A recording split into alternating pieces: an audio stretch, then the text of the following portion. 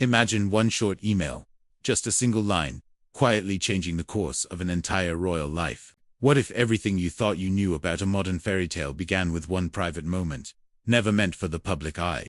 It looked like an ordinary message, polite, administrative, the kind of note that passes through palace inboxes every day. But one sentence stood out, sharp and urgent.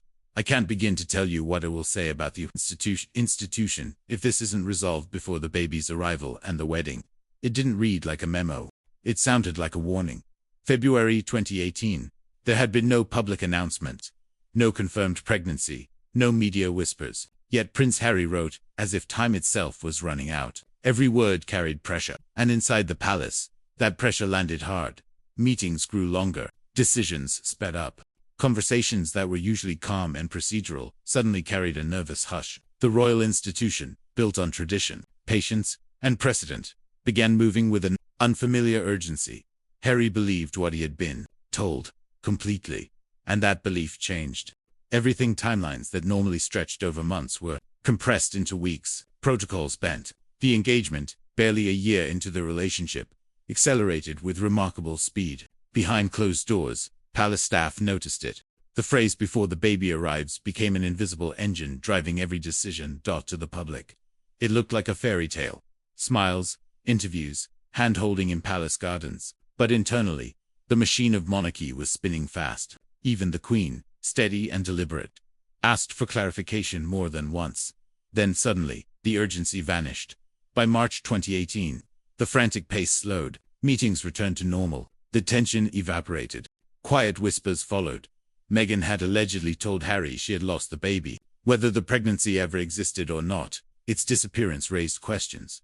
The dates didn't add up. If there had been a pregnancy in late 2017, it didn't align with Archie's birth in May 2019. That inconsistency planted the first real seeds of doubt. But belief is powerful.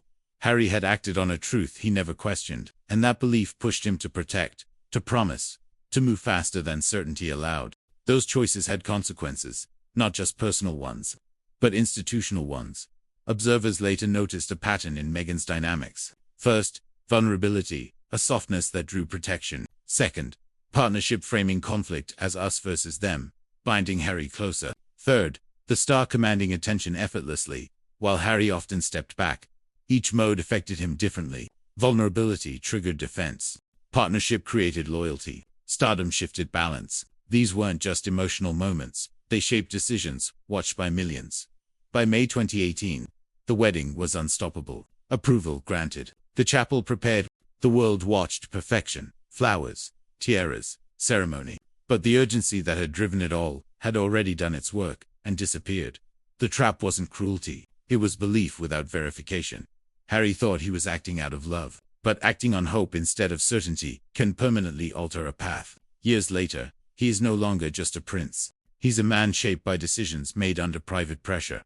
Cracks don't begin with scandals. They begin quietly with a sentence in an email, an unchecked assumption, a rushed choice. 1 degree at a time, the direction shifts. So what really happened in those months? Did one email alter a prince's destiny? Or was it only the first visible sign of a deeper pattern? Share your thoughts below. Subscribe and turn on notifications, because in the world of royalty, even a single private message can change everything.